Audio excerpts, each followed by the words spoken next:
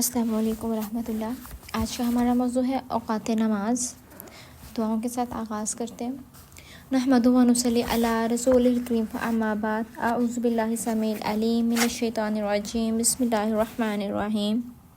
پہلا موضوع ہے نماز پنجگانہ کے اوقات۔ سیدنا بریدہ رضی اللہ تعالیٰ عنہ سے روایت ہے کہ ایک آدمی نے نبی اکرم صلی اللہ علیہ وآلہ وسلم سے نماز کے اوقات پوچھے تو آپ نے فرمایا، ان دو دنوں میں ہمارے ساتھ نماز پڑھو۔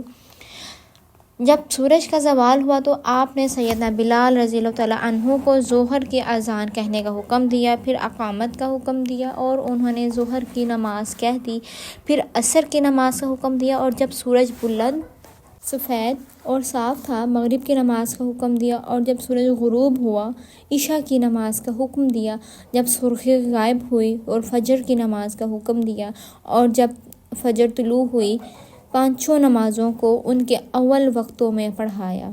ان کی جیسے اذان ہوئی اس کے فوراً ہی اقامت کے بعد نماز کھڑی ہو گئی۔ دوسرے دن سیدنا بلال رضی اللہ تعالیٰ عنہ کو حکم دیا کہ ظہر کی نماز اچھی طرح ٹھنڈی کرو، اور عصر کی نماز پڑھی جبکہ سورج بلند تھا، اور اس اول وقت سے تاخیر کی جو اس کے لیے پہلے دن تھا۔ مغرب کی نماز شفق یعنی سورج کی سرخی غائب ہونے سے پہلے پڑھی، اور عشاء کی نماز 1/3 رات گزرنے پر پڑھی۔ فجر کی نماز صبح روشن کر کے پڑھی۔ نمازوں کو ان کے آخری اوقات میں پڑھایا، اور پوچھا کہ اوقات نماز کا سوال کرنے والا شخص کہاں ہے؟ اس نے عرض کیا، میں حاضر ہوں اے اللہ کے رسول۔ تو آپ نے فرمایا، تمہاری نمازوں کے اوقات ان دو وقتوں کے درمیان ہیں جنہیں تم نے دیکھا ہے۔ سیدنا عبداللہ بن عمر رضی اللہ تعالیٰ عنہما سے روایت کرتے ہیں کہ رسول اللہ صلی اللہ علیہ وآلہ وسلم نے فرمایا، ظہر کا وقت یعنی کہ نماز ظہر کا وقت سورج ڈھلنے سے شروع ہوتا ہے اور اس وقت تک رہتا ہے جب تک آدمی کا سایہ اس کے قد کے برابر نہ ہو جائے۔ عصر کے وقت تک، اور نماز عصر کا وقت اس وقت تک رہتا ہے جب تک آفتاب زرد نہ ہو جائے۔ نماز مغرب کا وقت اس وقت تک ہے جب تک شفق یعنی کہ سرخی غائب نہ ہو جائے۔ نماز عشاء کا وقت ٹھیک آدھی رات تک ہے، اور جب نماز فجر کا وقت طلوع فجر سے لے کر اس وقت تک ہے جب تک آفتاب طلوع نہ ہو۔ شفق اس سرخی کو کہتے ہیں جو غروب آفتاب کے بعد کنارے آسمان پر بجانب مغرب دکھائی دیتی ہے۔ دوسرا ہمارا موضوع ہے نماز فجر اندھیرے میں پڑھنی چاہیے، اس کے بارے میں کیا حکم ہے؟ ام المومنین عائشہ رضی اللہ تعالیٰ عنہما روایت کرتی ہیں کہ رسول اللہ صلی اللہ علیہ وآلہ وسلم جب نماز فجر پڑھ لیتے تو عورتیں مسجد سے نبی اکرم صلی اللہ علیہ وآلہ وسلم کے ساتھ نماز پڑھ کر اپنی چادروں میں لپٹی ہوئی لوٹتیں۔ وہ اندھیرے کی وجہ سے پہچانی نہ جاتی تھیں۔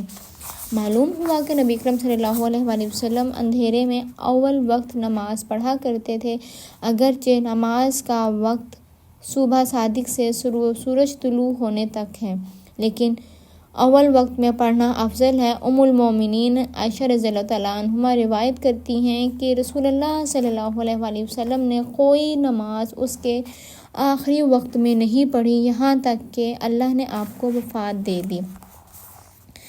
اب اس روایت سے معلوم ہوا کہ نبی اکرم صلی اللہ علیہ وآلہ وسلم عام طور پر آخری وقت میں نہیں ادا کرتے تھے، البتہ بعض مواقع پر مختلف وجوہ کی بنا پر نماز تاخیر سے ادا کی ہے۔ یعنی رسول اللہ صلی اللہ علیہ وآلہ وسلم نے فرمایا، اول وقت میں نماز پڑھنا افضل عمل ہے۔ دیکھتے ہیں گرمی اور سردی کے موقع میں نماز ظہر کے جو اوقات ہیں اس بارے میں کیا حکم ہے۔ ایک مرتبہ سفر میں گرمی میں سیدنا بلال رضی اللہ تعالیٰ عنہ نے ظہر کی اذان دینی چاہی تو آپ نے فرمایا، ٹھنڈ ہو جانے دو، ٹھہر جاؤ۔ گرمی کی شدت جہنم کے جوش سے ہے، اور جب گرمی کی شدت ہو تو نماز ٹھنڈی کر کے پڑھو۔ وہ کہتے ہیں کہ ہم اس وقت ٹھہرے رہے کہ ٹیلوں کے سائے نظر آنے لگے۔ سیدنا ابو ہریرہ رضی اللہ تعالیٰ عنہ روایت کرتے ہیں کہ رسول اللہ صلی اللہ علیہ وآلہ وسلم نے فرمایا، جب گرمی سخت ہو تو نماز ظہر ٹھنڈے وقت میں پڑھو، کیونکہ گرمی کی شدت جہنم کی حرارت اور جوش کے باعث ہے۔ اب ٹھنڈے وقت کا یہ مطلب نہیں کہ عصر کی نماز کے وقت میں پڑھو، یا بالکل مراد یہ ہے کہ شدت کی گرمی میں سورج ڈھلتے ہی فوراً نہ پڑھو، تھوڑی دیر کر لو۔ ان کے تنبیہ اس میں یہ ہے کہ گرمی میں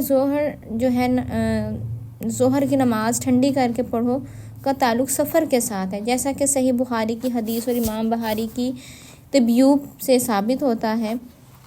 اور ایک اور روایت ہے کہ سیدنا انس رضی اللہ تعالیٰ عنہ سے روایت ہے کہ جب سردی ہوتی تو رسول اللہ صلی اللہ علیہ وآلہ وسلم نماز ظہر پڑھنے میں جلدی کرتے، یعنی سورج ڈھلتے ہی پڑھ لیتے۔ اب نماز جمعہ کا وقت کیا کہتا ہے، ہمیں اس کے بارے میں کیا حکم ہے؟ سیدنا انس رضی اللہ تعالیٰ عنہ سے روایت ہے کہ نبی کریم صلی اللہ علیہ وآلہ وسلم جمعے کی نماز اس وقت پڑھتے جب سورج ڈھل جاتا۔ سیدنا سہل بن سعد رضی اللہ تعالیٰ عنہ سے روایت ہے کہ ہم جمعہ پڑھنے کے بعد کھانا کھاتے اور دوپہر کا آرام یعنی قیلولہ کرتے۔ سیدنا انس رضی اللہ تعالیٰ عنہ سے روایت ہے کہ آپ جمعے کی نماز سردیوں میں جلد پڑھتے اور سخت گرمی میں دیر سے پڑھتے۔ نماز عصر کے بارے میں کیا حکم ہے؟ سیدنا بریدہ رضی اللہ تعالیٰ عنہ روایت کرتے ہیں کہ رسول اللہ صلی اللہ علیہ وآلہ وسلم نے نماز عصر قائم کی اس حال میں کہ سورج بلند، سفید اور صاف تھا۔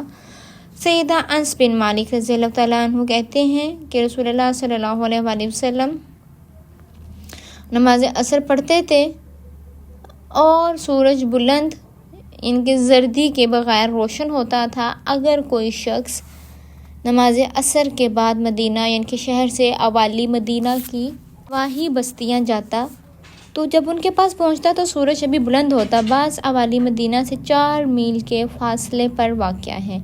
سیدنا انس رضی اللہ تعالیٰ عنہ روایت کرتے ہیں کہ رسول اللہ صلی اللہ علیہ وآلہ وسلم نے فرمایا، منافق کی نماز عصر یہ ہے کہ وہ بیٹھا سورج کے زرد ہونے کا انتظار کرتا رہتا ہے یہاں تک کہ جب وہ زرد ہو جاتا ہے اور شیطان کے 2 سینگوں کے درمیان ہو جاتا ہے تو وہ نماز کے لیے کھڑا ہوتا ہے اور 4 ٹھونگے مارتا ہے اور اس میں اللہ کو یاد نہیں کرتا مگر تھوڑا۔ نماز مغرب کے بارے میں کیا حکم ہے؟ سیدنا سلمہ رضی اللہ تعالیٰ عنہ روایت کرتے ہیں کہ ہم نبی کریم صلی اللہ علیہ وآلہ وسلم کے ہمراہ آفتاب غروب ہوتے ہی مغرب کی نماز ادا کر لیا کرتے تھے۔ یہ کچھ احکامات تھے جو ہم نے نماز کے حوالے سے ہم نے پڑھے ہیں، تو انشاءاللہ باقی کے جو احکامات ہیں وہ ہم کل پڑھیں گے۔ آج کی کلاس کو یہیں پہ مکمل کرتے ہیں اور باقی موضوع جو ہیں انشاءاللہ ہم کل ڈسکس کریں گے۔ آج کی کلاس یہیں پہ مکمل ہوتی ہے۔ سبحان ربک رب العزت عما یصفون وسلام علی المرسلین الحمد للہ رب العالمین۔ السلام علیکم ورحمۃ اللہ وبرکاتہ۔